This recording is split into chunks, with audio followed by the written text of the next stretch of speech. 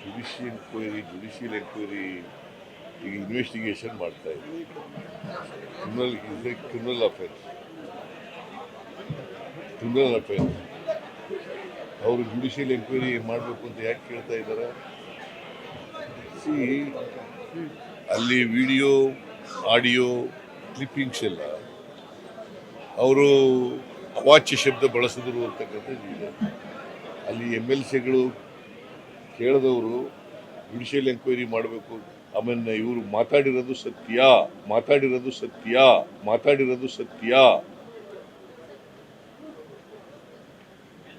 It amounts to criminal offence ಅಲ್ಲ.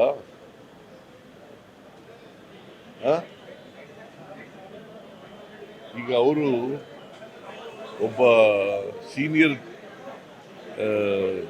General secretary BJP central party BJP ಆಗಿ ಈ ತರ ಪದ ಬಳಕೆ ಮಾಡೋದು ಇದೆಯಲ್ಲ, ಇದು ಅತ್ಯಂತ ಖಂಡನೀಯವಾದ.